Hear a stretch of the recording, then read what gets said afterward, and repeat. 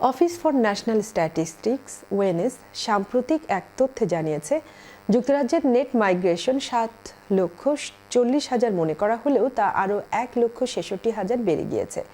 রিপোর্টে আরও বলা হয়েছে, 2024 সালের জুন পর্যন্ত বার্ষিক নেট মাইগ্রেশন ছিল 7,28,000। যদিও প্রধানমন্ত্রী স্যার কিয়ার স্টারমার পূর্বের টরি দলের উন্মুক্ত বর্ডার নীতির কারণে এই সংখ্যা বেড়েছে বলে অভিযোগ করেছেন। বিস্তারিত দেখুন ডেস্ক রিপোর্টে। যুক্তরাজ্যে নতুন করে কারা আসছেন এবং কারা চলে যাচ্ছেন, কিছু মানুষকে স্বাগত জানানো হচ্ছে, আবার কিছু মানুষকে ঢুকতে না দেবার জন্য বিভিন্ন ধরনের আইন করা হচ্ছে। ইমিগ্রেশন কন্ট্রোল করার জন্য বিগত বছরগুলোতে সরকার বিভিন্ন ধরনের নিয়ম করেও যেন তা লাগাম টেনে ধরতে পারেনি। Net migration to this country will be in the order of tens of thousands each year. No ifs, no buts.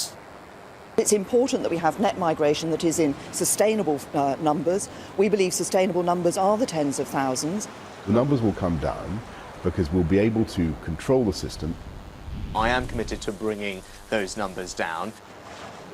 এদিকে 10 ডাউনিং স্ট্রিটে এক সংবাদ সম্মেলনে প্রধানমন্ত্রী বিগত সরকারের নেয়া পদক্ষেপের কারণেই ব্রিটেনে মাইগ্রেশনের সংখ্যা বেড়েছে বলে অভিযোগ করেন।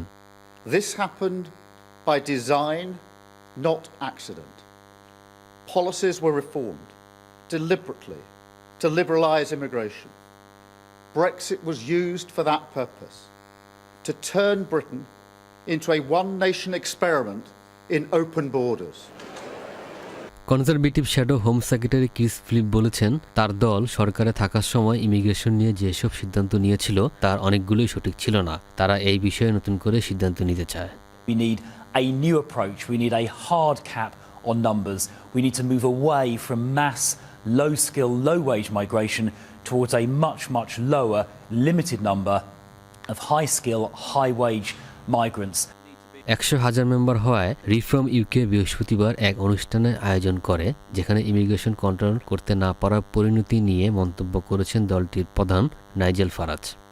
Horrendous if you want to get a GP appointment.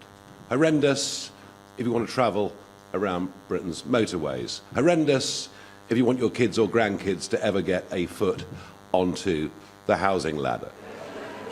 ব্রিটেনে ইমিগ্রেশনের লাগাম টেনে ধরতে বিগত সরকার বিভিন্ন নিয়ম করলেও কোনো সরকারই এই ক্ষেত্রে সফল হতে পারেনি। এখন দেখার বিষয়, আগামীতে লেবার সরকারের সময় নেওয়া পদক্ষেপে এই ইমিগ্রেশনের পরিধি কোথায় গিয়ে দাঁড়ায়। মাহমুদুল হাসান তুষার, ডেস্ক রিপোর্ট, চ্যানেল এস।